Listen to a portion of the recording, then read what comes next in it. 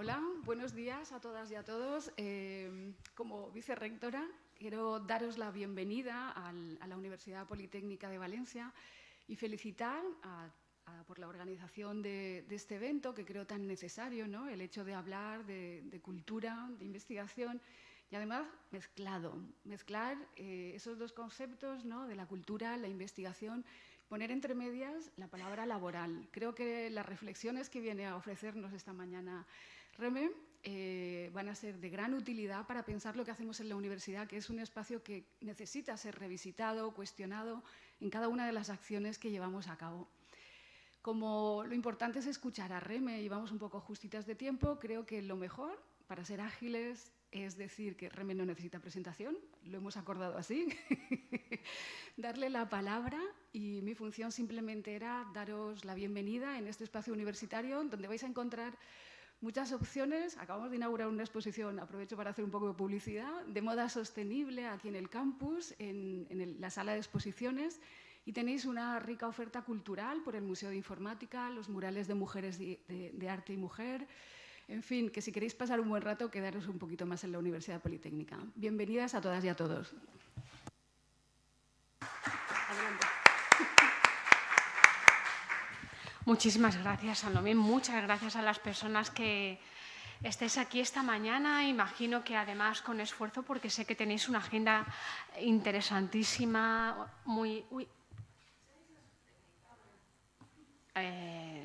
estamos hackeando. Yo voy a hablar de... No de hackeando el patriarcado. He movido algo, ¿no? He dicho algo que ha molestado... Bueno, me iba a meter con algunas industrias digitales, pero no he dicho todavía nombres. He empujado aquí.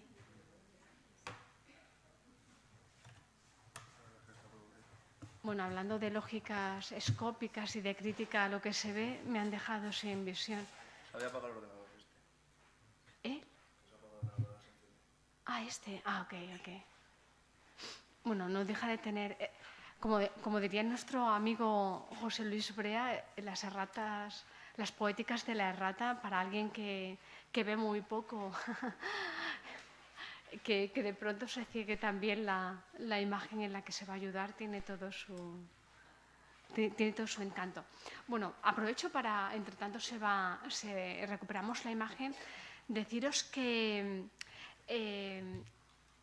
la charla que quiero compartir y que además se une a esa presentación de libro que había también en programa, el bucle invisible, van a estar muy entrelazadas, puesto que este último libro que acabo de publicar enlaza con El entusiasmo y con Frágiles, que son las tres obras en las que articulo esta charla, cuyo título, como veis, La investigación como trabajo por una nueva cultura laboral. La máquina sigue hackeando, pero...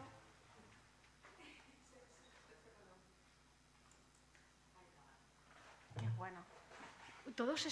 Yo os confieso que todos los problemas cotidianos, tanto con las burocracias como con las máquinas, como son cotidianos, yo termino convirtiéndolos en obra creativa. Supongo que vosotras y vosotros haréis algo parecido. Es una manera paródica de intentar dar la vuelta a algo que a veces se convierte en opresivo.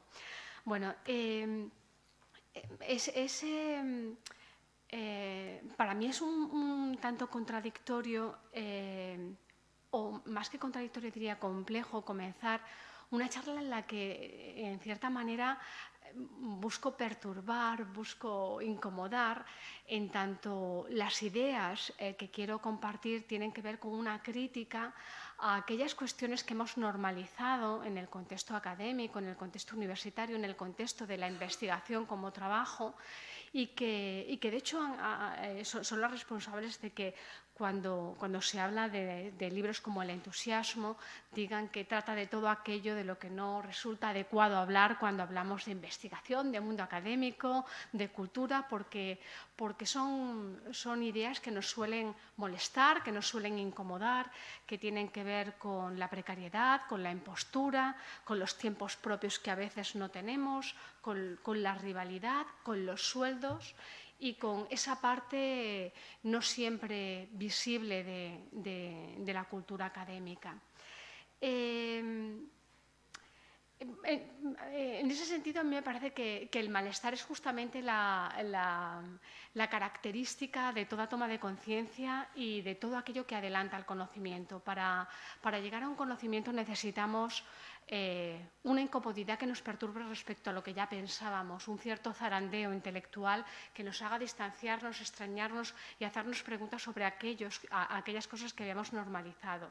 Os comentaba al inicio que sentía este reto, esta cierta complejidad de hablar de todas estas cuestiones que posiblemente nos van a incomodar en un contexto que para mí es como una isla de diferencia, que es la Politécnica, la Universidad Politécnica, porque creo que aquí sí que las cosas se hacen o se empiezan a hacer de maneras distintas y creo que, bueno, que puede ser también un hilo conductor que nos permita entender las líneas propositivas también que quiero proponer en esta charla. En el libro El entusiasmo comienzo hablando de dos estados de ánimo que hacen que la vida valga la pena. Uno de ellos es el noble goce de una pasión y otro de ellos es el desamparo de perderla. Posiblemente quienes estamos aquí, quienes nos escucháis en vuestros cuartos conectados, compartimos esta pasión, la pasión por el mundo intelectual, por el mundo reflexivo, por el mundo creativo en cualquiera de sus facetas, porque la investigación normalmente viene de la pasión por un conocimiento, algo que normalmente apareció cuando éramos pequeños, que nos punzó de alguna manera y que se ha mantenido, con el deseo de ser convertido en un trabajo no solamente de estudio complementario a otros trabajos, sino en el trabajo, en nuestro trabajo. Digamos que lo que nos une a quienes estamos en esta charla y a quienes nos escucháis es que concebimos la investigación como trabajo. Pero ese noble goce de tener una pasión va unida, como os decía, a la sensación de que posiblemente estamos perdiendo al desamparo de perder esa pasión, esa vocación, esa sensación de que la investigación que nos motiva es cada vez aplazada a una suerte de futuro pospuesto cuando consiga la acreditación, cuando consiga estabilizarme, tener una casa propia, cuando consiga determinadas cosas que cada vez se van ampliando y alejan esa posibilidad de dedicarnos con profundidad a aquello que nos motiva, a aquel hacer con sentido con el que siempre concebimos la idea de la investigación. Esa pasión que punza y arrastra, que nos motiva a anteponer el deseo frente al inmovilismo, el hacer frente al tener, una práctica intelectual y creativa frente a, por ejemplo, un trabajo alienante, que incluso siéndolo lo pasamos por alto porque entramos en esa rutina, en ese bucle invisible de la repetición, sin apenas espacios, tiempos propios para tomar conciencia sobre aquello que estamos haciendo. En este sentido, os he incluido algunos ejemplos que pueden ser un tanto incómodos y perturbadores de testimonios que en los últimos tiempos estamos... Yo trabajo desde la filosofía, pero también desde la antropología, recogiendo testimonios, historias de vida de trabajadores del ámbito de la cultura, del ámbito del trabajo creativo y también del ámbito académico. En los últimos meses en el Ministerio de Trabajo se ha creado una comisión de estudios sobre precariedad y salud mental. ¿Y cuál fue la sorpresa de muchos de los integrantes de la comisión? Que cuando hablábamos de precariedad y salud mental, todos proyectamos una idea de personas que tienen una situación de precariedad igualada a la de pobreza, pero difícilmente se vincula con esos privilegiados que han podido estudiar. esos privilegiados que han podido estudiar, de los que algunos denominan como la precariedad de los privilegiados, es la precariedad de muchos investigadores, de muchas personas jóvenes en muchos casos, pero en otros casos no tan jóvenes, que se encuentran en esos circuitos de la concatenación de tareas, becas, residencias, actividades normalmente encajadas en sistemas burocráticos, normalmente encajadas en sistemas de evaluación y de autoevaluación, normalmente también sistemas de gran competitividad, donde pasa por alto que alguien que al que se le suele decir que es afortunado por poder dedicarse a la investigación, por poder dedicarse a algo que a muchos les gustaría, es difícil encontrar testimonios en los que conocer esa intimidad que aquí comparten en las muchas ideas que en las muchas vivencias que nos han compartido, esa sensación de desapego con lo que están haciendo por no poder diferenciar la vida del trabajo. Algo que curiosamente, y aquí quiero establecer una primera analogía entre los investigadores, la visión de la investigación como trabajo, crear una analogía con los artistas como trabajadores, porque hay profundas analogías en esta línea. Una, esa forma de igualar la vida al trabajo. Uno no deja de ser artista cuando come o cuando duerme, igual que los investigadores hoy en día parece que somos investigadores a tiempo completo. Incluso cuando soñamos y cuando estamos dormidos estamos haciendo esas tareas que nos han quedado pendientes, porque pareciera que en el trabajo que nos motive y en el trabajo que nos impulsa a conseguir esa estabilidad que buscamos no se descansa nunca, parece que siempre es de día. Me parecía interesante compartir esas ideas de lo que esconde a veces la sonrisa impostada, de lo que no solemos compartir y de problemas que en muchos casos llegan también a salud mental en muchos investigadores, que ven como esa rueda en la que se sienten activos, pero en la que notan que el último día de trabajo es muy parecido al primer día de trabajo, porque tienen una expectativa de estabilidad muy confusa y cargada de dificultades. En ese contexto es donde quiero situar este primer punto de partida.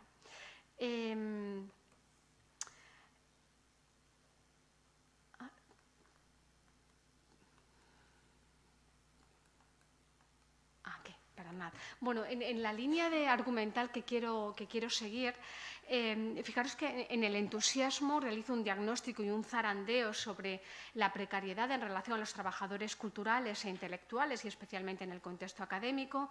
En Frágiles, una conversación y una conciencia, una propuesta de toma de conciencia sobre la autoexplotación en trabajos intelectuales y creativos, y en El bucle invisible, una identificación y crítica de las inercias que nos cuesta ver, que nos permiten visibilizar el mundo, pero que se invisibilizan como lente, de esas inercias que bajo el espejismo de actividad nos dejan en el mismo lugar. Nos dejan en el mismo lugar como si habitáramos un compartimento cerrado. Y aquí una idea esencial en este trabajo, en El bucle invisible, que es también una idea sobre la que quiero centrar esta charla.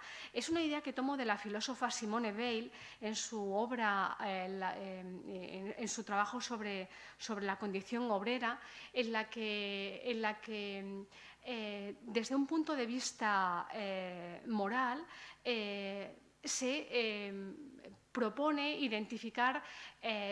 una serie de estrategias para identificar organizaciones sociales que nos permitan entender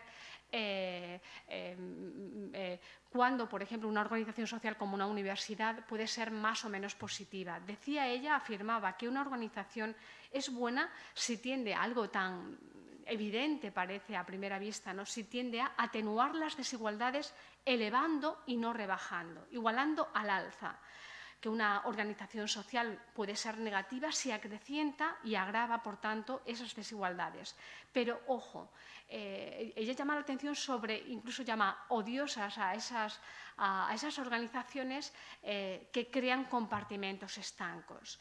En el bucle invisible me pregunto por la manera en que la cultura red favorece el mantenimiento de desigualdades desde lógicas numéricas que aparentan describir, pero que también actúan como pronóstico, desde mediaciones donde los más precarios deben negociar con las máquinas o actuar como si fueran máquinas, mientras unos pocos tienen el privilegio de la mediación empática y humana. En esa crítica al compartimento estanco, es decir, en esa crítica a proyectarnos desde una actividad que nos deja en el mismo lugar y, por tanto, a crear un espejismo de igualdad o de progreso que finalmente se ve torpedeado, es donde sitúo este nuevo punto. En este contexto me pregunto qué supone neutralizar a los trabajadores del conocimiento bajo lógicas mercantilistas de cuantificación, aceleración y precariedad de la cultura red. ¿Qué ocurre cuando nuevas formas de autoexplotación y precariedad se normalizan bajo luminosos carteles de excelencia universitaria?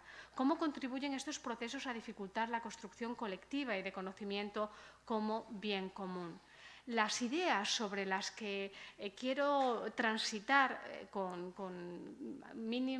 la profundidad que sea posible en esta charla para reflexionar sobre estas preguntas son las siguientes. En primer lugar, me pregunto sobre la relación entre entusiasmo y precariedad y sobre cómo transforman o nos permiten entender la transformación de los trabajos académicos en un contexto marcado por el tecnocapitalismo. En segundo lugar, la relación entre mercado y academia y, en este sentido, las dificultades que tenemos para hablar de la investigación como trabajo o como determinado tipo de trabajo emancipador. En tercer lugar, sobre categorías que yo considero precarias o que alientan la precariedad, como aceleración y exceso, y que dificultan esa investigación como trabajo. Y, por último, la relación que podemos establecer entre la investigación y la diversidad cuando vemos que las lógicas que predominan tienden a meternos en determinados caminos, rankings, especialmente a veces llamados de excelencia, que convierten a las universidades en muy parecidas entre ellas, convierten a los investigadores en agentes muy parecidos entre ellos, en tanto se les piden las mismas cosas, conseguir determinados logros, y se pone en riesgo algo esencial para el conocimiento, algo esencial para la universidad, la diversidad. Esa diversidad que caracteriza a lo humano, que caracteriza al planeta y que garantiza la vida en el planeta y que garantiza también la riqueza del conocimiento. En ese contexto hablaremos sobre esas posibles líneas de fuga para una nueva cultura laboral desde también el cuidado. La primera idea que quiero compartir tiene que ver con cómo la normalización de un suelo precario en la universidad se ha visto favorecida por la instrumentalización del entusiasmo característico de la investigación como trabajo. Un entusiasmo que a muchos nos une como vocación y motivación, os decía antes, motivación por el estudio y por el conocimiento, pero también por el conocimiento aplicado al bien social. Antes, hablando con Salomé en relación a ese nuevo vicerrectorado que tenéis, y a muchos les puede llamar la atención que temas más orientados a la acción social estén vinculados a otros que tienen que ver con arte, ciencia y tecnología, pero tiene todo el sentido, y especialmente si entendemos esa visión del conocimiento y de la práctica cultural y creativa como aplicados o atravesados por el bien social. Un entusiasmo en torno al que hoy se congregan personas muy diversas. Algunas nos podemos encontrar aquí o están escuchándonos tras las pantallas, docentes, investigadores, pre y postdoctorales, becarios con o sin sueldo, profesores contratados por horas, interinos, científicos, doctorandas embarazadas, falsos autónomos, colaboradores de posgrado, estudiantes en prácticas, polivalentes investigadores comisarios, evaluadores perpetuos, trabajadores que cobran a veces con certificados o con otro tipo de capital simbólico, o a veces incluso pagan por trabajar, mientras siempre encuentran a alguien que les dice: qué suerte tienes, te dedicas a lo que te gusta.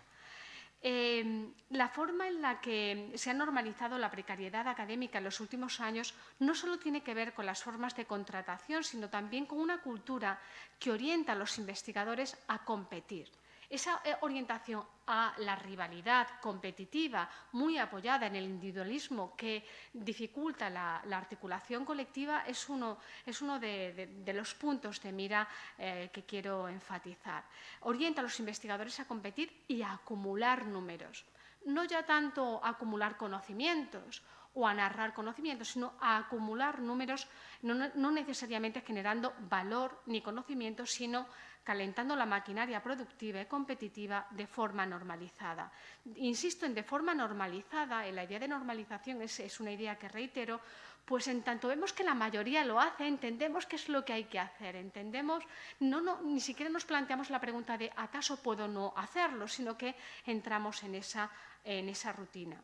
Para el capitalismo académico es fácil rentabilizar ese entusiasmo en un marco de producción inmaterial, manteniendo los ritmos y la ansiedad. Lo es bajo el señuelo entusiasta de evaluaciones constantes, evaluaciones pagadas también con capital simbólico o con ganancias de renglones de currículum que lucirán luminosos en una próxima acreditación. Ese entretenimiento en la evaluación, tanto en ser evaluados como en ser autoevaluados, como en evaluar, es también una idea que se reitera en este estudio testimonial de las voces en primera persona. Y hago aquí un breve paréntesis para situar que los objetos de estudio de los que yo hablo no son los que hoy caracterizan la época, los grandes números que nos permiten hablar de estadísticas y de Big Data, de grandes números a nivel planetario. El objeto de estudio al que en este caso estoy mirando, o os propongo mirar, son los sujetos. Sujetos que en la intimidad de su espacio y tiempo propio hablan sobre sí mismos, sobre cómo se sienten y sobre cómo organizan sus tiempos y sus trabajos. En este contexto, el entusiasmo puede funcionar como carta de presentación de un investigador motivado que siente que entre la multitud de personas cualificadas debe posicionarse como el más entusiasta para ser elegido, porque como hay muchas personas que tienen esa alta cualificación, visibilizarse con ese entusiasmo permite a quien contrata un elemento añadido para identificar quién puede estar dispuesto a dar más por menos. Porque todo entusiasta aspira a desarrollar su práctica con plenitud y dado que solo encuentra temporalidad, perversamente puede convertirse en candidato o aspirante a trabajos precarios no pagados o por los que pierde dinero, pero que se le presentan como el premio después de un proceso competitivo. Inscritos en esa lógica de la competición, la sensación de conseguir ese premio hace olvidar que el premio es un trabajo por el que no siempre hay una remuneración, como pasa con esos otros trabajos pagados con capital afectivo que ni siquiera se considera empleo.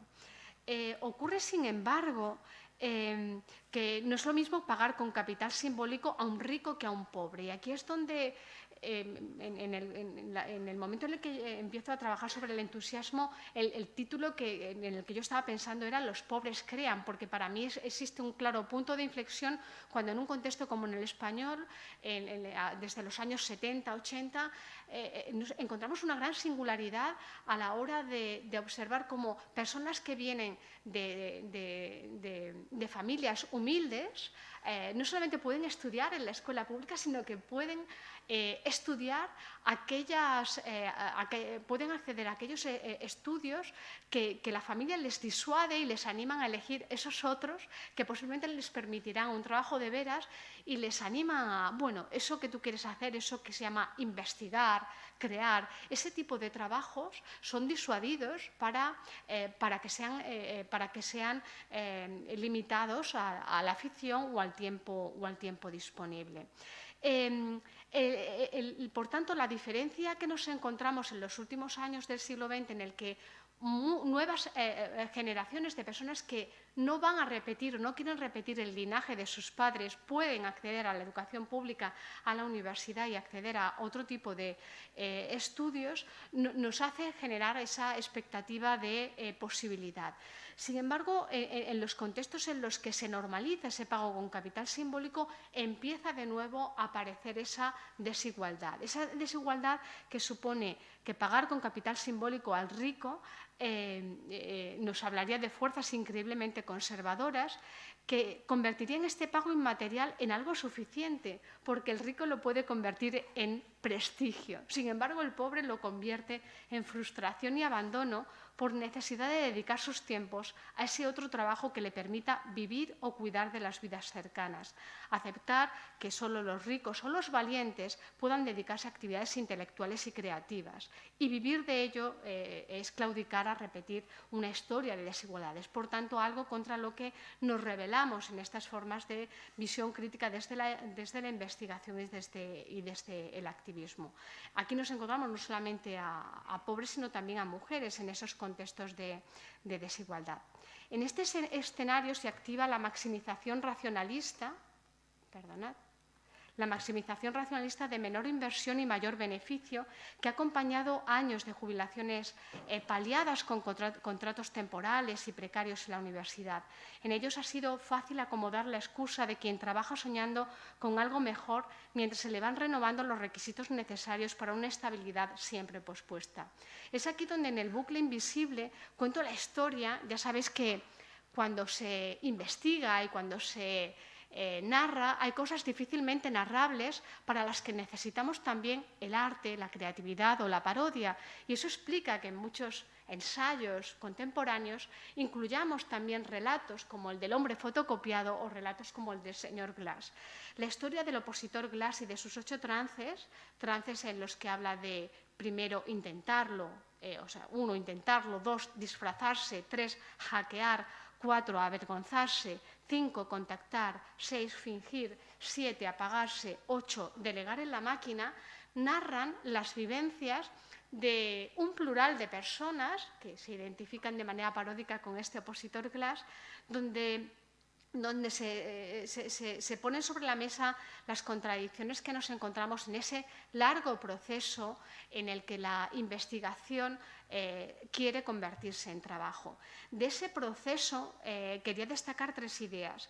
Por una parte, la idea de cómo se comienza con una gran empatía por los que tenemos delante, los que nos ayudan a gestionar, por el propio sistema, por quien gestiona la burocracia. Se comienza con gran empatía, pero esa empatía va mermando conforme vas teniendo todo tipo de dificultades que te convierten en alguien menos empático y, por tanto, en alguien a quien le cuesta comprender que las cosas sigan funcionando de esa manera.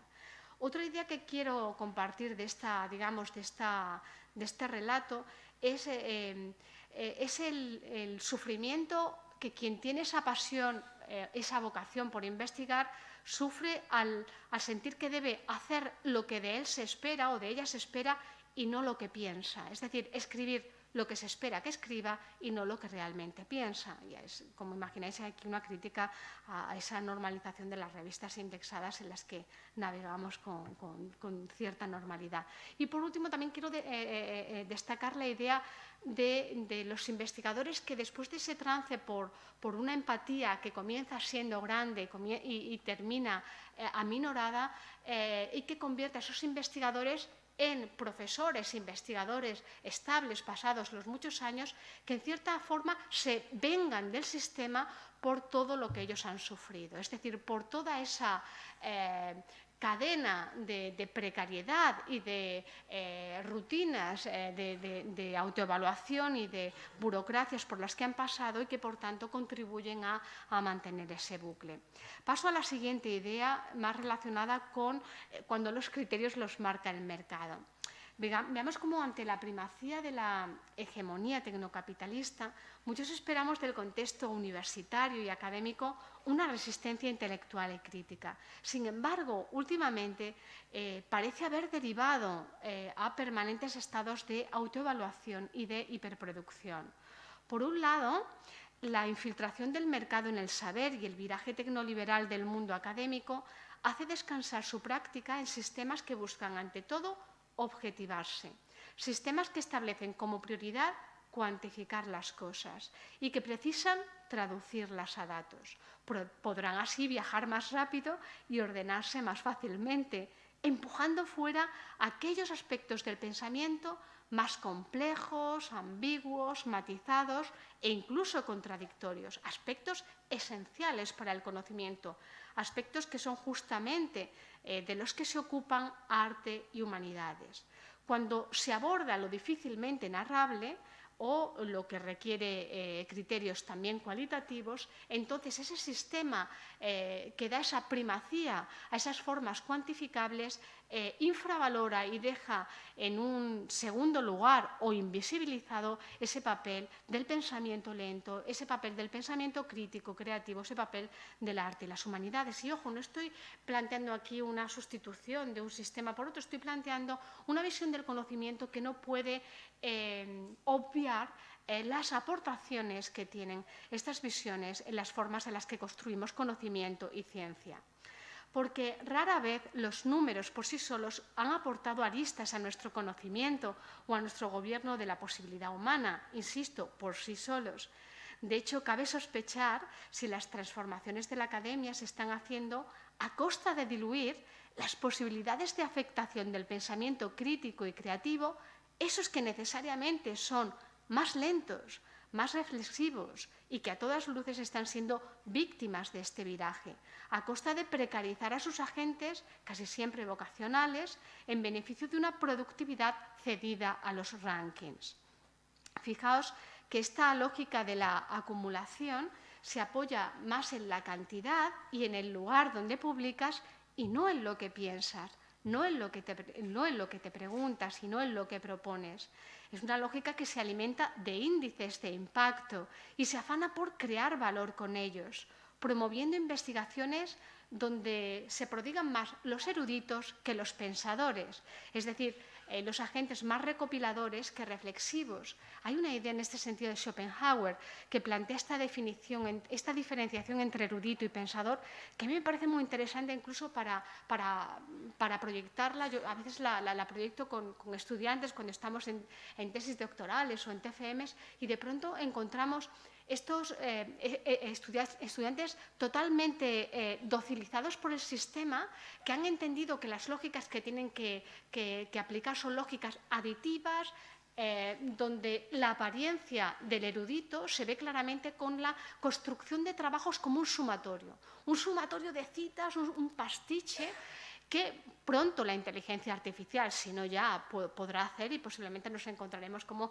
se hackean muy fácilmente ese tipo de trabajos. El erudito, decía Schopenhauer, es aquel capaz de crear un conocimiento que funciona casi como un vestido, como un ropaje, como algo que uno se pone. Sin embargo, en el pensador el conocimiento se integra en el cuerpo, se integra en el sujeto, forma parte de lo que somos. El pensamiento a veces está también denostado en la academia, porque pareciera que tenemos que estar constantemente citando en las revistas indexadas si no hay una hipercita al contexto, pareciera que no hay valor. Lo de menos pareciera... ¿Dónde queda el sujeto? ¿Qué es lo que piensa el que está escribiendo de aquello que está diciendo? Y puede ser que en este contexto nos encontremos en la situación donde muchos nos encontramos de que justamente los artículos publicados en revistas indexadas sean los que menos nos representan o aquellos de los que incluso algunos nos avergonzaríamos y sin embargo sean los que más se tienen en cuenta para el trabajo académico, para la investigación como trabajo.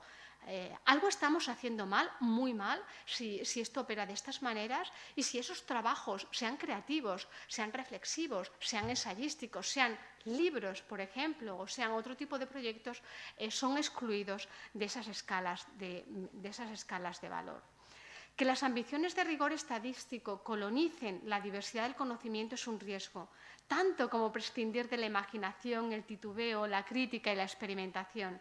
El conocimiento no puede penalizar la disensión y la creatividad, ni sostenerse solamente o de manera prioritaria bajo esta primacía que empuja fuera de la mayoría de las revistas más valoradas, por ejemplo, artículos o trabajos que no se atengan a determinada forma de decir o que excluyan esa forma de decir en profundidad que es la que permiten los libros. También grandes damnificados en ese proceso.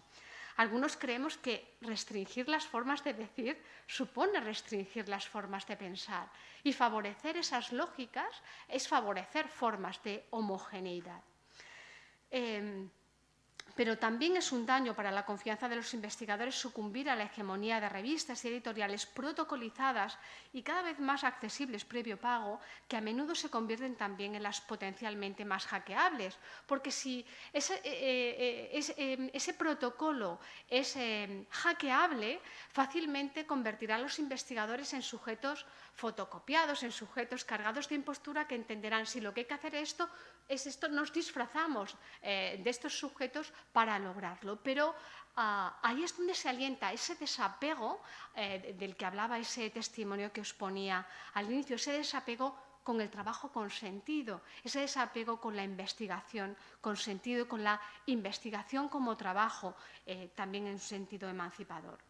Cabría pensar si el riesgo de neutralización crítica de los trabajadores del conocimiento viene no solo de hacer convivir la temporalidad precaria y la autoexplotación necesaria para su promoción y estabilidad, dificultando su concentración en ese trabajo con sentido. Pero, ojo, es que cuando se dificulta ese tiempo para la concentración, también estamos dificultando la alianza colectiva, rebajando, por un lado, la pasión intelectual, por otro, dificultando la pasión política. De forma que cuando dejamos de ver a los compañeros como compañeros y empezamos a verlos como rivales en contextos de precariedad, se acentúa esa visión más individualista que tiende a favorecer una desarticulación colectiva.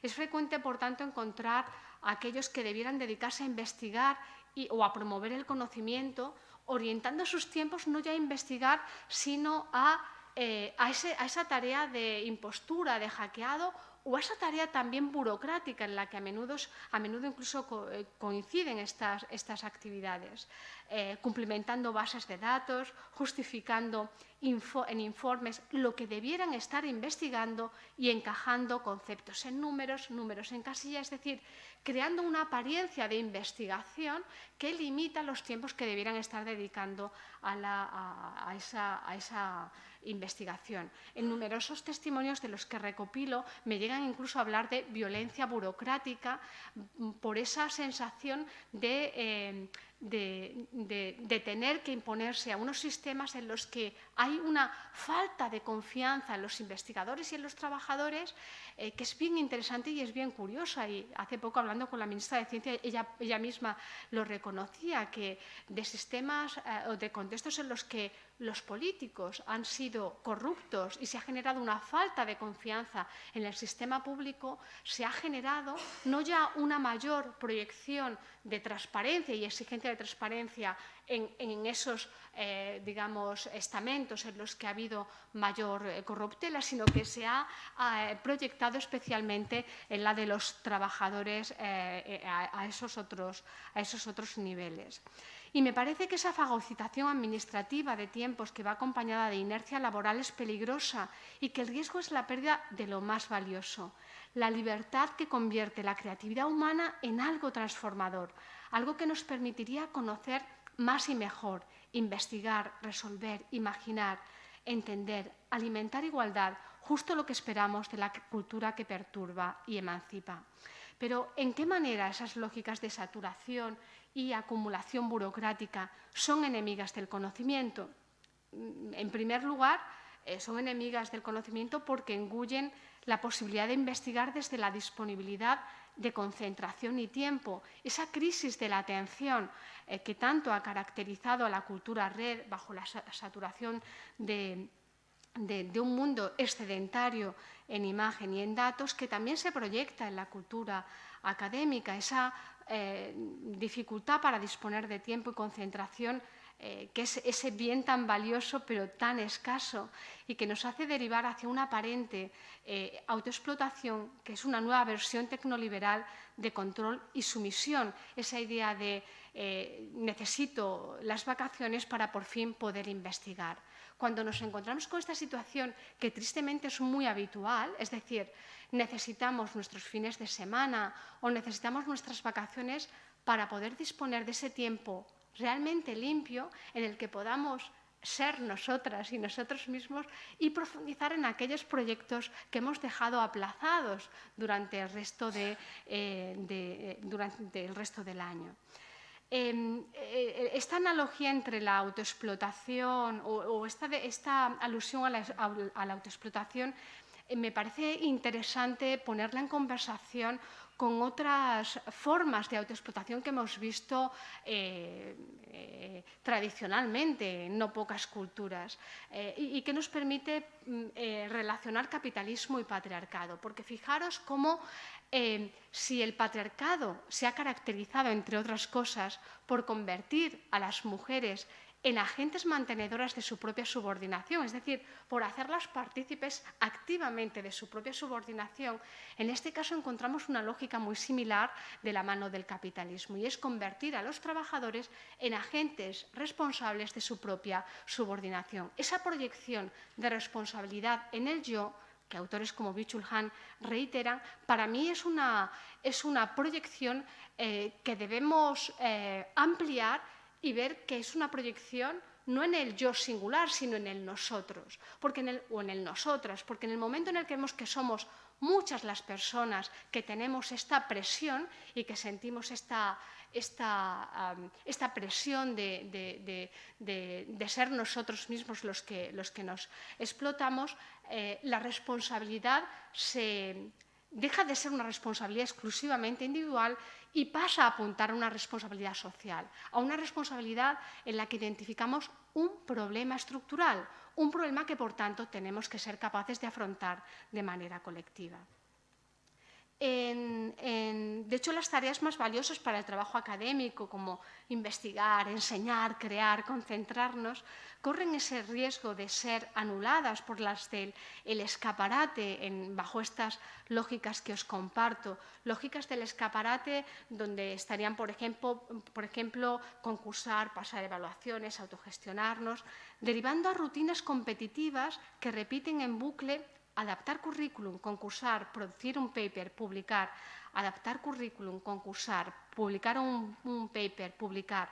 Esto que repito forma parte de instalaciones artísticas en las que los propios artistas están haciendo algo que posiblemente los investigadores también están haciendo cada vez más. Los artistas desde hace varios años están convirtiendo sus propias condiciones de trabajo en tema de investigación y trabajo. Están haciendo esto que Ito Steyer animaba a hacer. Mira cómo lo hago y no lo que muestro. Mira el proceso que estoy siguiendo y, por tanto, conviértelo en reflexivo.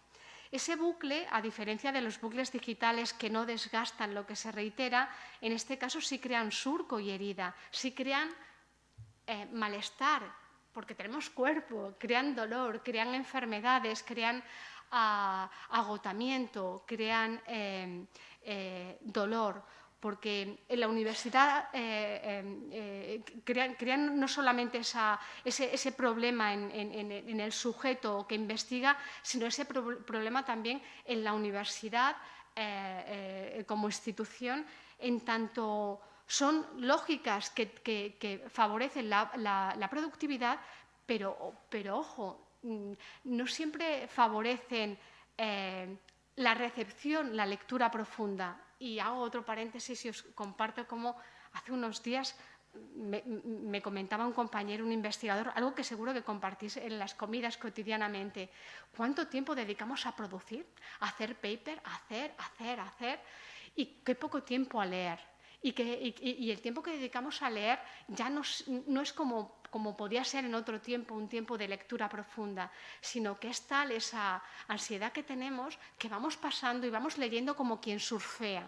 Esa idea de Marisa Olson respecto a cómo navegamos por Internet convirtiendo el texto en imagen y convirtiendo lo que debiera ser una lectura en un surfear, en un pasar por encima, que nos anima a quedarnos con el titular, con la contraportada, con esas ideas que fácilmente tienden a simplificar, esas ideas que son lo opuesto al conocimiento profundo, en tanto ese conocimiento profundo requiere tiempo.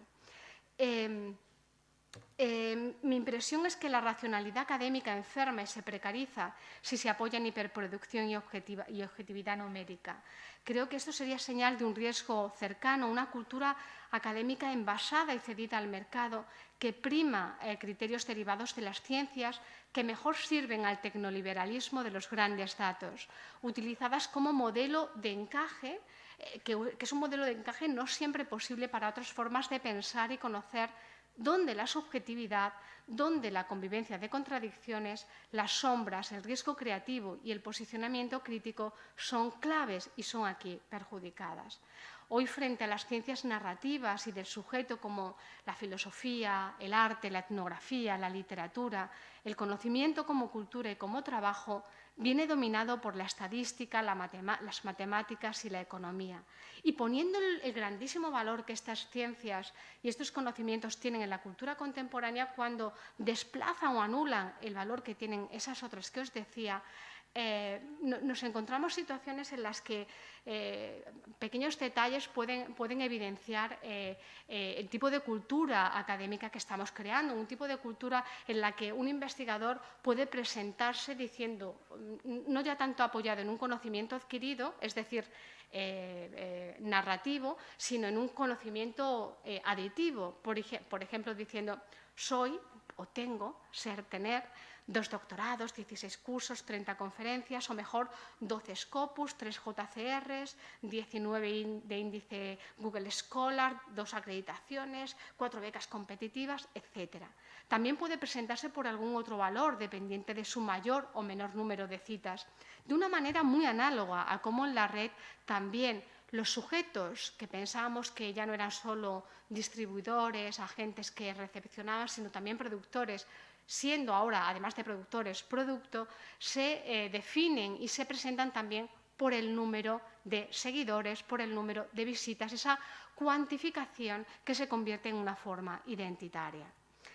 La cultura en cuyo marco acontecen estas transformaciones parece casar bien con esta crisis de la academia, pues ambas apuntan a la gestión del valor y el pensar a los indicadores métricos de productividad, pasando por alto la construcción de conocimiento como bien común y la convivencia con otras formas de valor apoyadas en la dotación de sentido. Quizá la manera más ilustrativa de entender esta idea puede venir de esa sensación que tenemos cuando pensamos cuando diferenciamos un trabajo precario de otro que no lo es y nos preguntamos por lo que supone estar haciéndolo. Ante un trabajo precario y ante un trabajo apoyado en estas lógicas, cuando terminamos ese trabajo decimos, ¡uf!, por fin lo he terminado. Aunque después sigue una retahíla de otros similares, ¿no? Pero esa sensación de resoplido, de ¡uf!, por fin lo he terminado, es el que predomina como placer. El placer está ahí, en el terminar por fin, porque está hecho de cualquier manera, en tanto que esa precariedad se caracteriza también por la caducidad de tendrá la vigencia de hoy o a lo sumo mañana. Hoy en Twitter una investigadora comentaba, se revelaba frente a Twitter diciendo, Twitter, ¿cómo me pasas los tweets de amigos que han dicho cosas hace 10 horas? Pásame los actuales, que si no me pierdo lo que está pasando. 10 horas, 10 horas. O sea, en 10 horas ya tanto ha cambiado su mundo, en 10 horas. Esa urgencia en tener lo último es algo que también se traduce a esas lógicas productivas.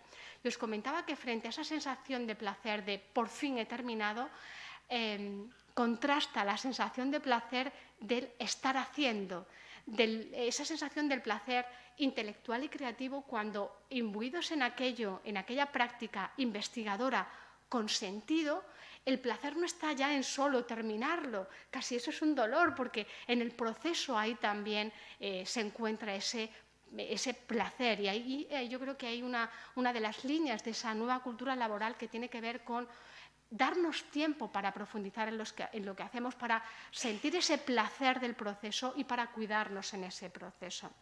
Como hablo mucho y me he pasado mucho de lo que quería, voy terminando con la última idea que quería compartir. Solo quería situar cómo frente a en este contexto en este contexto académico, donde la red atraviesa lo que hacemos y lo que somos también como investigadores, hay dos categorías que en mi trabajo he analizado con algo más de profundidad, que son aceleración y exceso, que contribuyen a reforzar la precariedad en la investigación como trabajo. Estas categorías tendrían que ver con una lectura positiva de la red. Y fijaros, la red se nos presentaba desde los años 90 como una estructura horizontal donde todas las personas podíamos ser productoras, podíamos ser muchas cosas, pero en esa posibilidad de crear, de tener voz, el exceso rápidamente se convirtió en lo que Virilio en los años 90 denominó una nueva forma de censura, o podemos incluso hoy denominar una nueva forma de ceguera. Es muy curioso cómo cuando hay muchas voces, muchas luces encendidas, lo que más nos cuesta justamente es ver. Ese exceso se opera, por tanto, como una limitación también para el conocimiento. Ese exceso acompañado de velocidad, de saturación, son categorías que os comento, pueden ser dañinas para ese elemento crucial en el pensamiento, que es el tiempo. Decía Pierre Bourdieu que no hay pensamiento sin tiempo para pensar.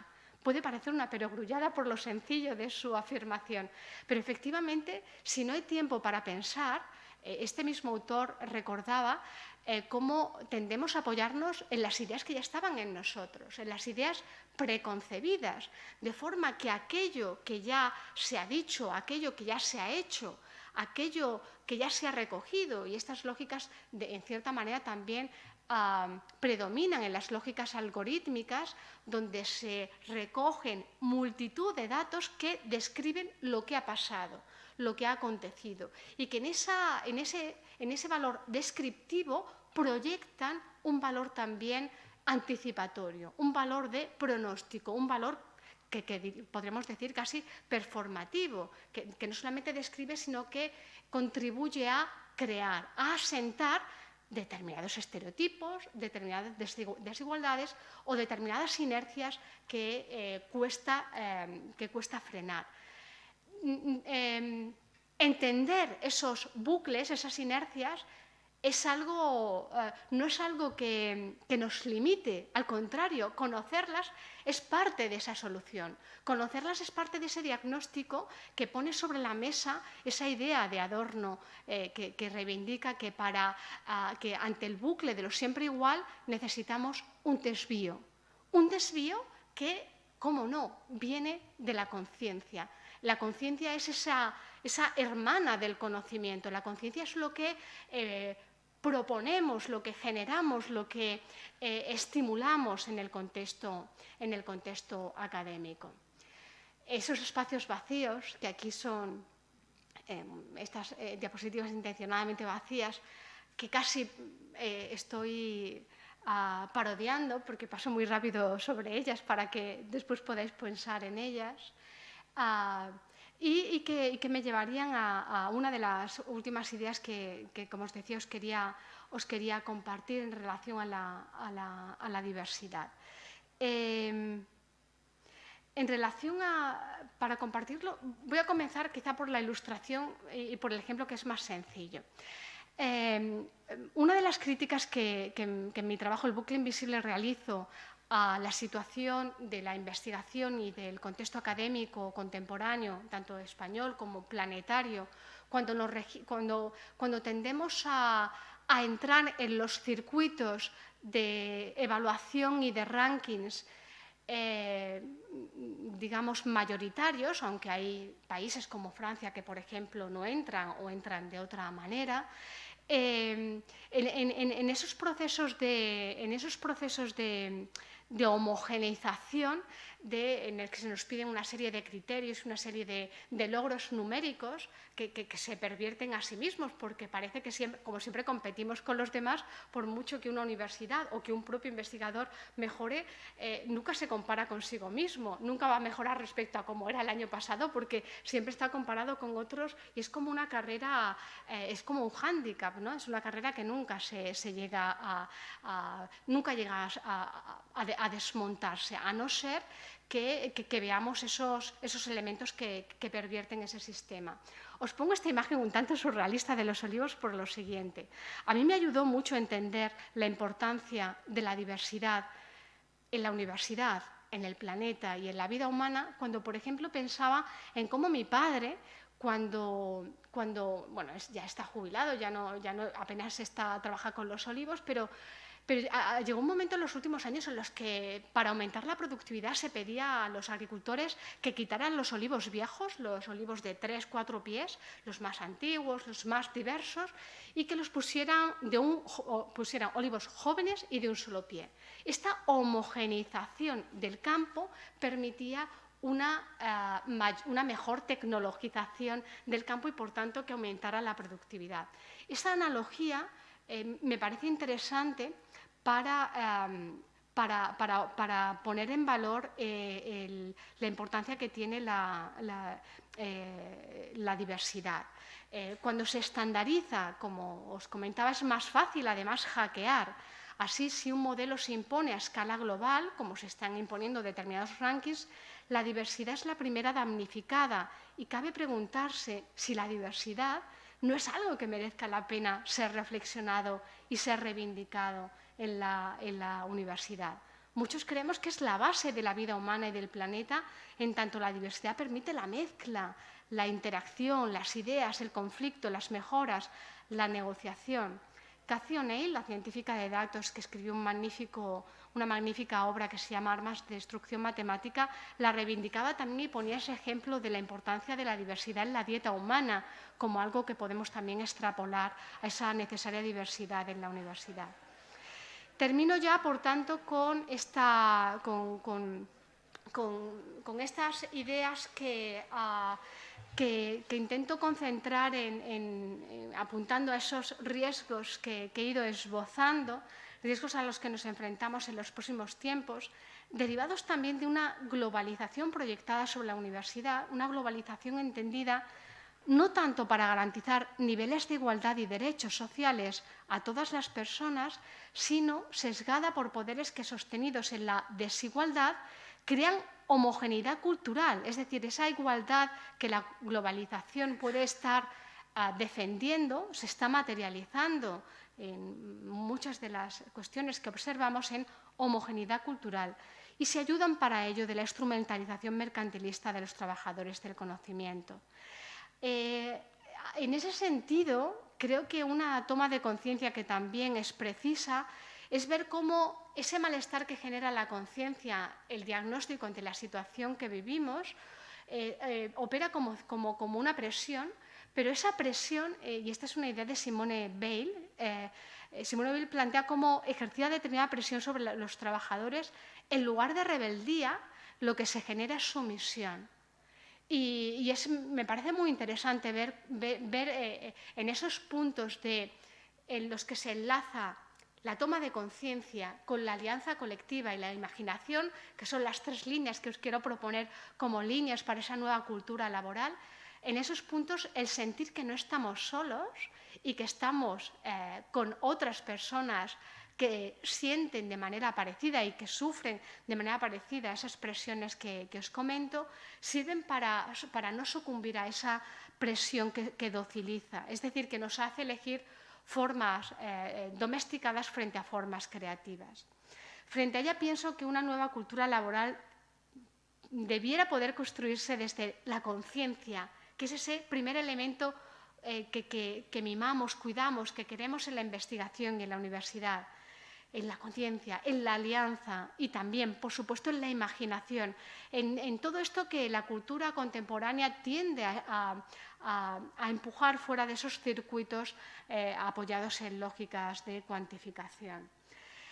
Conciencia, alianza e imaginación como resortes que permiten un desvío del bucle, porque cuando en la academia las personas piensan, leen y estudian, adquieren un gran poder. Pero si su destino no es individualismo precario y competitivo, sino que su destino es ser capaz de articular conocimiento común, articular lazos, articular una nueva ética, un sentir que me importas, te importo, esa alianza sería verdaderamente transformadora. En este sentido, creo que frente a un capitalismo que se caracteriza por prescindir de vínculos morales entre las personas, cabe articular nuevos lazos de confianza entre investigadores como trabajadores y productores de conocimiento, porque la desaceleración que aquí os he sugerido no implica un abandono de la idea de progreso, al contrario, sino idear nuevas ideas de progreso, un primar hacer con sentido, cuidando a las personas y llevando a la práctica el valor transformador de la imaginación y del pensamiento. Muchas gracias por vuestra atención y por vuestra paciencia ante esta cierta aceleración contradictoria. Muchas gracias.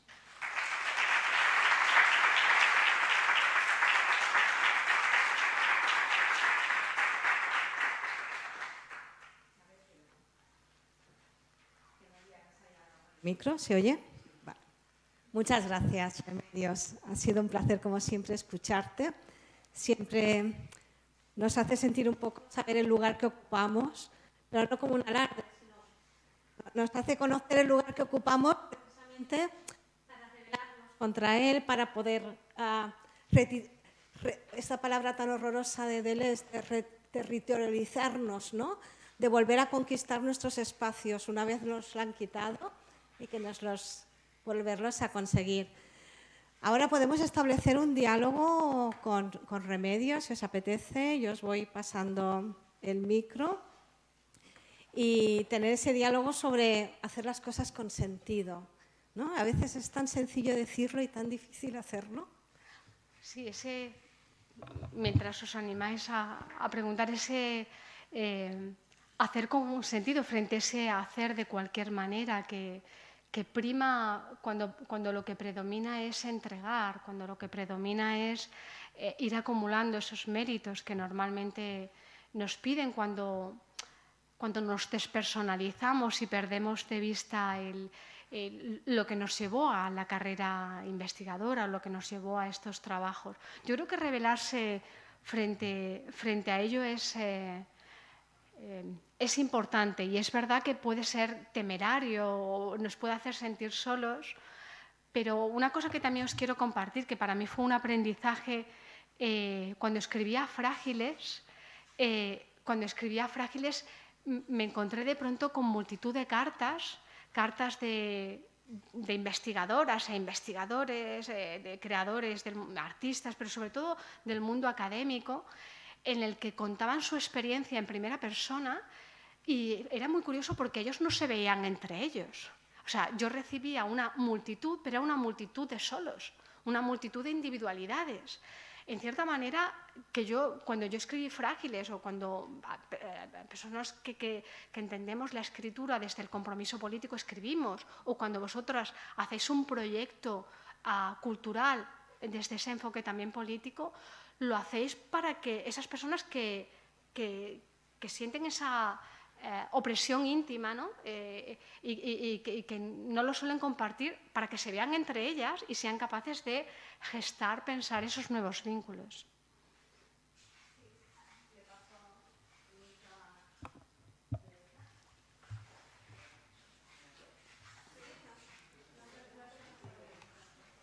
Me pongo el otro audífono, así te escucho mejor.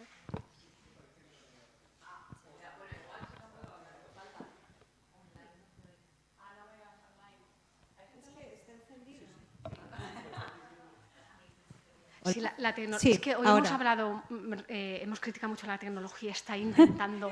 Se está hackeando. Bueno, muchísimas gracias. La verdad es que ha sido una maravilla escucharte. Te llevo siguiendo tiempo y nunca te había oído. Y has dicho tantas cosas interesantes y sobre todo como este final, que me lo voy a llevar para corporizarlo en el futuro. Además, yo soy de familia olivarera centenaria, o sea que ahí he conectado un montón. Yo, pero sí quería como, bueno, es que hay tantas cosas por debatir, ¿no? Pero sí una discusión sobre las métricas y las evaluaciones, porque yo intento resistir esas ansiedades que me generan el tener que hacer Q1 y las formas de evaluación.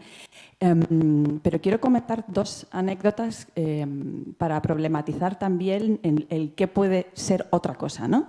Este año me presenté a una convocatoria del Ministerio y por primera vez me pedían que describiera mis aportaciones académicas desde lo que yo creo que he aportado, no desde cuántos Q1 he publicado, ¿no? Cuántos números tengo. Y al principio, siguiendo la DORA, ¿no? La declaración DORA, y me pareció, wow, hostia, por fin, ¿no? Pero luego cuando estaba escribiendo, dije, ¿quién me va a evaluar esto?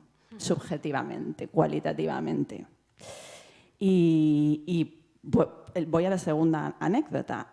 Hace poco, yo ahora trabajo en el País Vasco, un colega sociólogo ha hecho una propuesta de un grupo de investigación interdisciplinar entre distintas ciencias sociales, humanidades, artísticas y yo que vengo de las ambientales, para explorar lo que es difícil de narrar, que lo has traído en tu presentación, ¿no? Historias difíciles de ser contadas. ¿Cómo podemos contar de otras formas? Esta era la propuesta.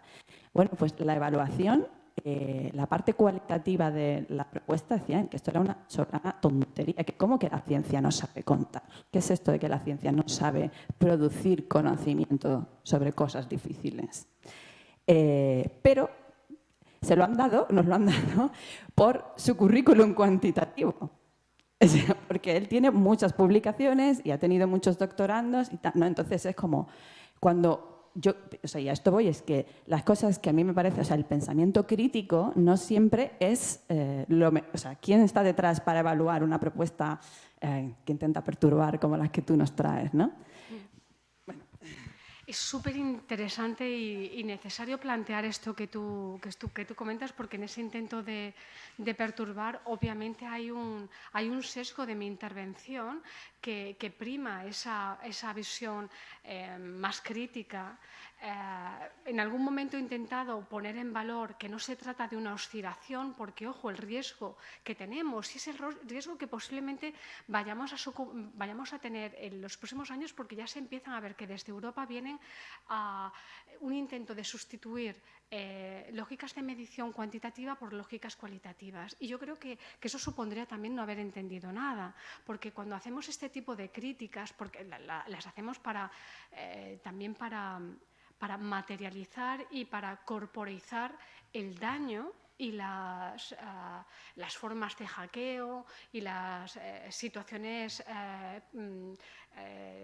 contradictorias que nos están haciendo vivir. O sea, digamos, yo lo entiendo como esa obligación de los investigadores que tienen también que investigar y reflexionar sobre las formas en las que la investigación tiene lugar, pero en esa oscilación obviamente sería una grandísima pérdida privarnos de lo que viene de la evaluación cuantitativa. Yo creo que que forma parte de formas de entender, formas dicotómicas que además en el contexto de la tecnología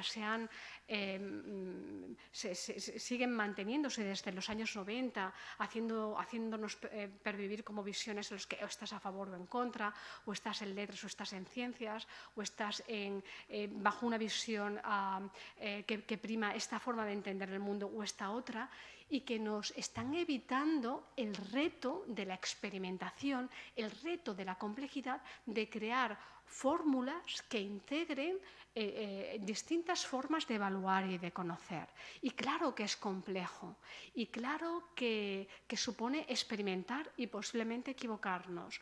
Y claro que de esa puesta en práctica puede salir otra oscilación que haga que estemos durante unos años con lógicas cualitativas y pasemos a las cuantitativas, como si no hubiéramos entendido que tenemos que ser capaces de abordar esa complejidad humana, desde la complejidad humana y también desde el tiempo que requiere evaluar. Evaluar es una tarea compleja y es una tarea a la que cada vez dedicamos menos tiempo, y es una tarea que he querido insistir en esta charla, e insisto mucho en el bucle invisible, es una tarea que tiende cada vez más a ser delegada a las máquinas. Es decir, Gacionel comenta cómo mientras las masas son cada vez más leídas por máquinas bajo fuerzas monetarias, los privilegiados que cuentan con asesores o con universidades privadas que se pueden pagar, etcétera, siempre cuentan con asesores humanos que les pueden asesorar y evaluar. Les evalúan humanos, o sea, humanos capaces de tener en cuenta una parte cuantitativa, digamos un currículum, pero también capaces de empatizar y entender y contextualizar. Requieren esa complejidad que integra esos distintos factores y que integra también esa lógica de la empatía y del vínculo entre personas. Yo creo que en el contexto que tenemos en este momento es muy necesario evitar, en primer lugar, esa oscilación a entender que lo cualitativo puede ocuparse de lo cuantitativo, sino el poner en valor, el empezar a igualar, el empezar a poner en un mismo territorio esas distintas metodologías de hacer conocimiento y de evaluar, porque cuando lo que predomina es la rapidez, la urgencia, el plazo, el entregar, los modelos que usamos son ante todo cuantitativos. Y esos modelos nos pueden servir para muchas cosas, pero los sesgos que conllevan dejan atrás a otros muchos y además contribuyen, uno de los mayores sesgos de las lógicas cuantitativas, que contribuyen a reiterar que siempre, o sea, que salgan, digamos, que se repitan determinados perfiles, determinadas identidades, con lo cual para romper eso tenemos que generar desvíos e involucrar esas metodologías con otras metodologías. Hablabas de esas contradicciones, ¿no? Que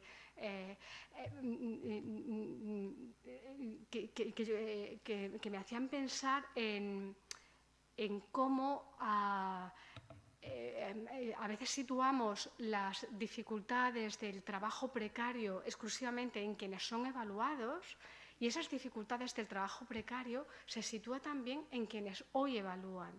En esa dificultad de los evaluadores, que normalmente son los mismos, es como una gran masa de trabajadores que se autoevalúan, que evalúan a otros y que son evaluados. Y que, por tanto, en esa retroalimentación de autoexplotación siente que siempre están imbuidos en determinadas tareas que no pueden hacer con tiempo y que terminan reclamando metodologías sencillas, que son las metodologías que vienen mediadas por esas lógicas cuantitativas y también mediadas por las máquinas. Tomar conciencia de ello implica como distintos niveles de crítica, ¿no? De crítica para no tomar soluciones improvisadas o soluciones rápidas, sino entender esa complejidad que, si no se aborda desde una no precariedad de esos trabajadores, desde una remuneración del trabajo de evaluación y desde una valoración de la importancia de ese trabajo y de la combinación de esas distintas formas de valorar a los interlocutores, acompañado también de un seguimiento a esa estructura que hoy permite ordenar y evaluar muy fácilmente, como la que viene de las lógicas algorítmicas, en las que cada vez más tanto la contratación de personal como determinadas formas de evaluación dentro y fuera de la academia se están apoyando en esas dinámicas algorítmicas. Esas dinámicas algorítmicas pueden ser de ayuda, pero es que la mayor parte de algoritmos en los que nos estamos apoyando son opacos y no permiten, como un humano, ser interpeladas o ser llevadas a juicio.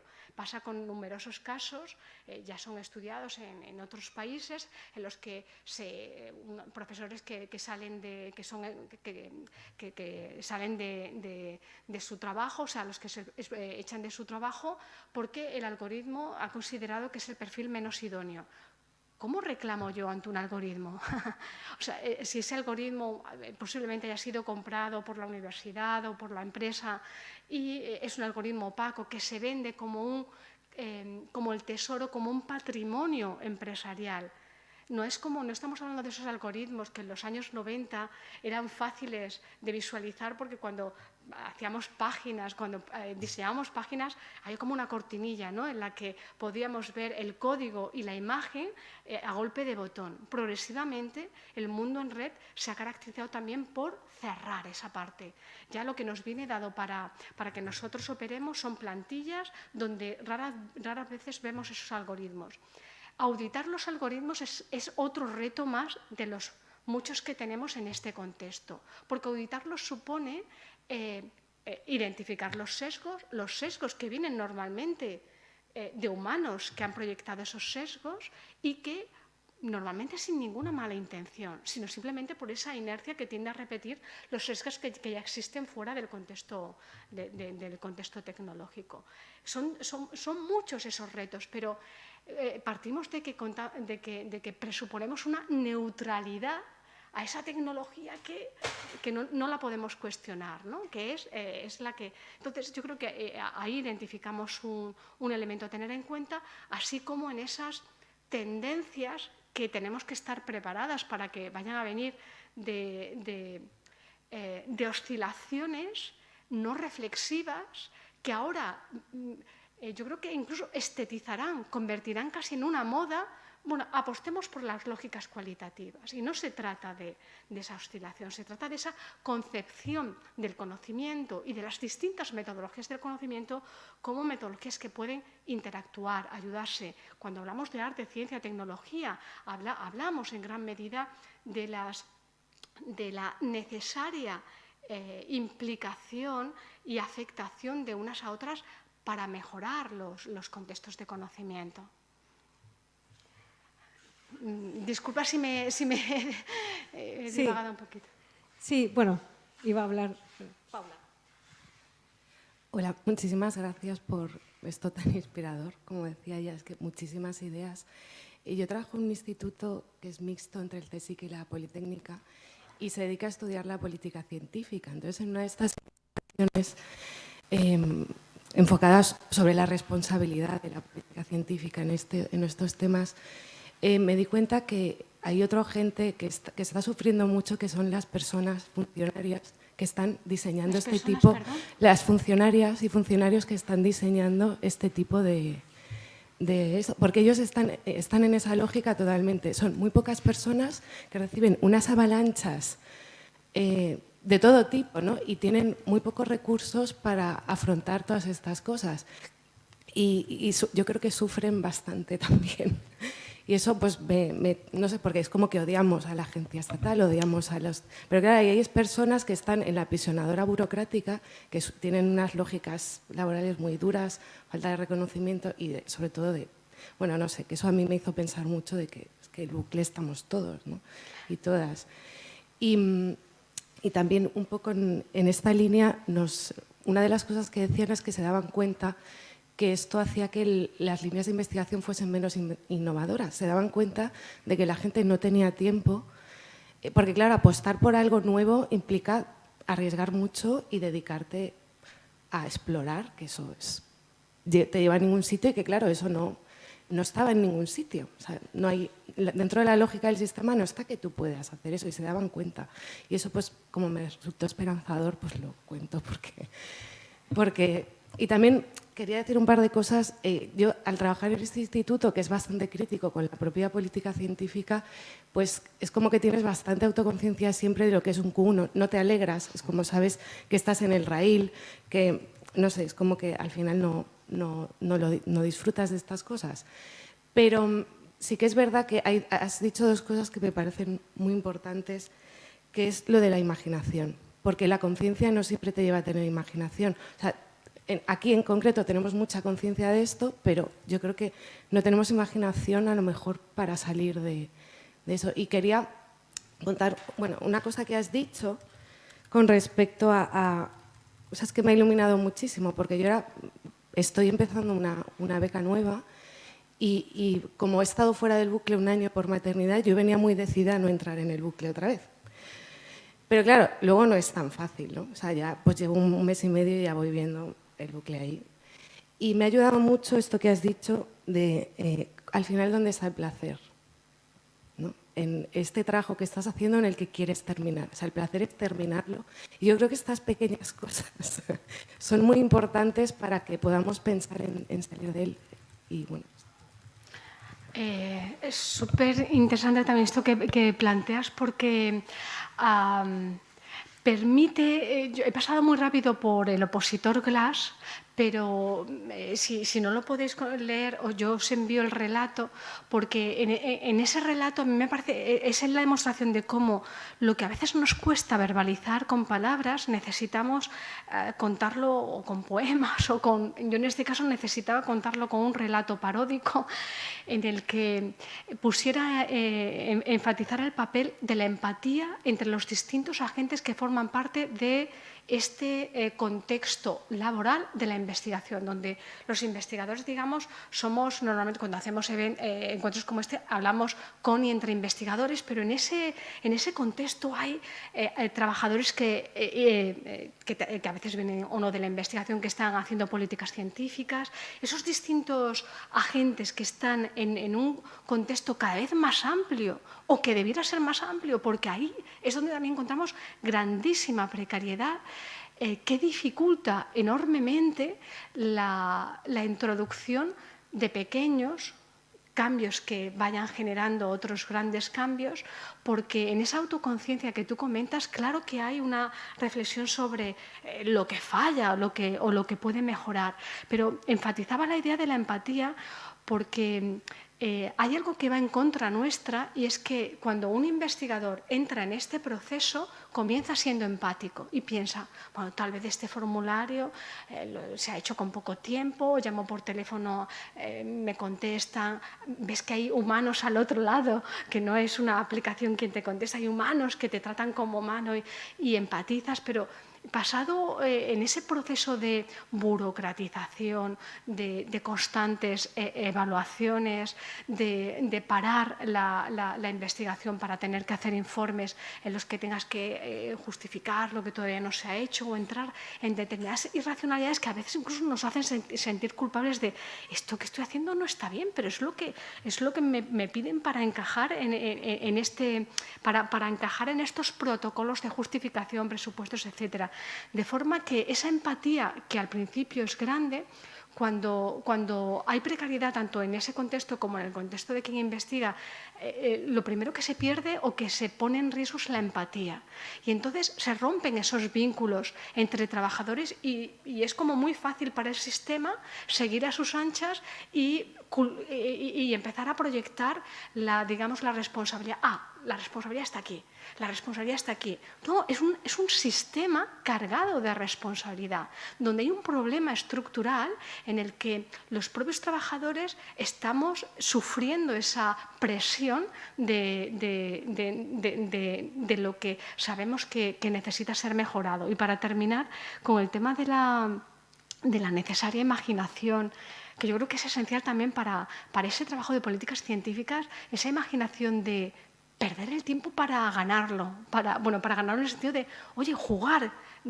Esto también, no recuerdo qué filósofo decía que para pensar y decir cosas con sentido antes hay que decir muchas estupideces. O sea, esta necesidad de jugar, de permitirnos experimentar, que eso no se puede permitir cuando no tenemos tiempo para mejorar los sistemas, para crear sistemas en los que haya errores pero vayamos mejorándolo.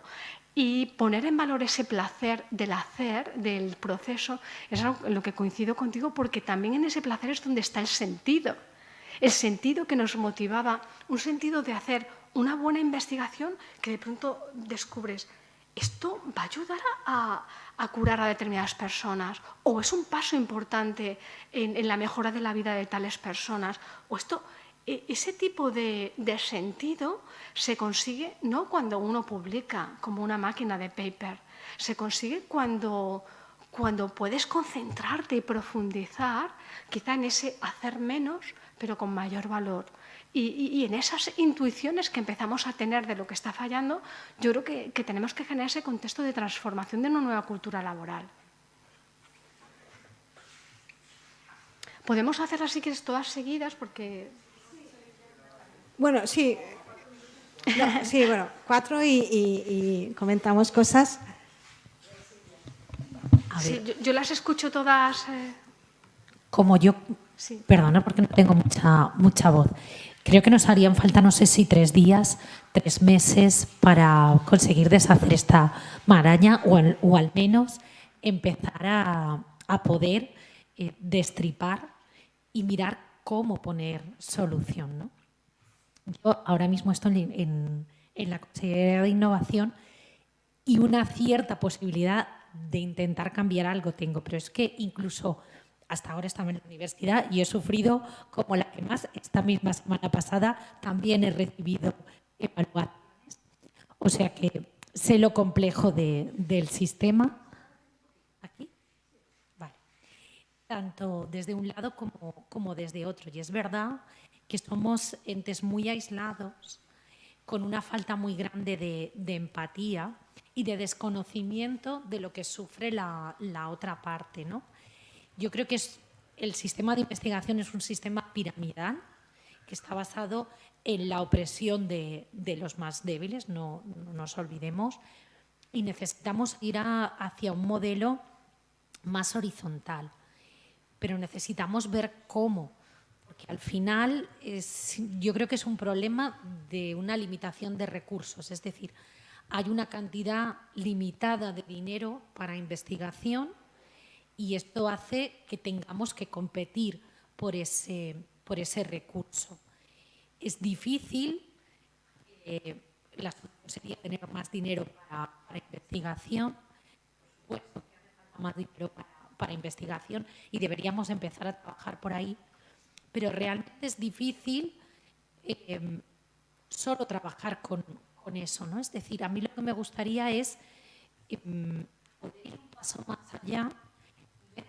¿Qué medidas, tanto individuales de cada uno de los investigadores y investigadoras, como de las entidades que podemos hacer algo, pero tampoco tanto? Es decir, por ejemplo, desde la Consellería, al final, el dinero que llega a la Consellería es limitado, pero no solo es limitado ese dinero, sino que se tiene que repartir entre muchas necesidades a cubrir, ¿no? Entonces, trabajar en la línea de actuaciones tanto institucionales como individuales para cambiar esto. No sé si ahí, más allá de poder hablar otro día, que sí que me gustaría mucho. Sí. Tomo nota. Vamos a escuchar a todas las preguntas. Sí, escuchamos las preguntas y yo hago... Ah, vale. Pues solo esta. No... Bueno, a quienes queréis hacer preguntas, mi correo electrónico está súper accesible. Y no voy a contestar esta tarde porque necesito tiempo, pero este fin de semana contesto seguro. O sea que si queréis compartirme alguna experiencia, incluso es una ayuda para mí porque yo me nutro de las experiencias de las personas y también me sirve para hacer autocrítica, con lo cual si queréis hacer alguna crítica, bienvenida sea. Sí, en relación a lo que comentas, yo creo que, fíjate, la lectura de la institución es esencial porque a menudo, y este es un momento ideal en el que contamos con dinero, quizá se presume que vamos a tener más dinero por todo lo que está pasando, pero tenemos también esos hábitos, esas inercias por parte de la Administración de que los dineros públicos hay que justificarlos. Es decir, se da un dinero a un presupuesto determinado y hay que gastarlos. Si no los gastas, incluso te penalizan, ¿no? o te sientes penalizado. Yo creo que dentro de esas buenas intenciones que puede haber, para que haya más dinero para investigación, es muy necesario, a mí me parece muy necesario que en investigación haya un dinero para repensar la estructura institucional, para repensar y para, de una manera propositiva y también empática, contando con los propios trabajadores, crear una estructura en la que volvamos a confiar en los trabajadores, para para que esa falta de confianza que hace que la burocracia se multiplique por 10 o por 100 sea menor. Como pasa, el sistema alemán en ese sentido es distinto. O sea, tenemos ejemplos de buenas prácticas a los que podemos mirar. Cambios institucionales que impliquen también en el dinamismo que exige la investigación y la innovación a los propios trabajadores que están en esos lugares intermedios donde no son meros transcriptores, ¿no? No son meros trabajadores fácilmente sustituibles por máquinas, porque si no serán sustituidos por máquinas. Y lo que queremos es tener esa interlocución que permita contextualizar y mejorar el sistema de investigación. Y yo coincido contigo en esto que apuntas, de la necesidad de cambiar ese modelo. Yo no sé si es piramidal o hegemónico, no sé, pero sí que cambiarlo a una estructura distinta que dedique un tiempo a pensarse y a pensarse sin esa presión. Sé que es muy difícil, es que es un reto, porque o quitarse presión, ¿quién se quita la prisa? Pero oye, encerrarnos incluso a jugar, a esto que hacemos en el arte de manera desacomplejada, ¿no? ¿Y si vemos esto de otra manera? Imaginación, como decíamos antes. Esa imaginación es necesaria para no repetirnos en bucle, es decir, para enfrentarnos a lo siempre igual, porque no se trata de cambiar el vestido, de cambiar la máscara o de oscilar de aquí a aquí, se trata de darnos la oportunidad de pensar una nueva estructura de investigación que logre eso tan valioso y de lo cual podríamos vivir, yo creo, o sea, que garantizaría un mejor futuro para nuestra sociedad, porque los investigadores realmente podrían dedicarse a investigar con sentido. Es que es algo tan... Imaginad si realmente pudiera hacerse. No solo habría más investigación, habría mejor investigación y habría una proyección de esa investigación en lo social. En las utopías, ahora que tanto hablamos de distopías, bienvenida a ese pensar que es posible, ¿no? Bueno, pues gracias. Muchas gracias a vosotros.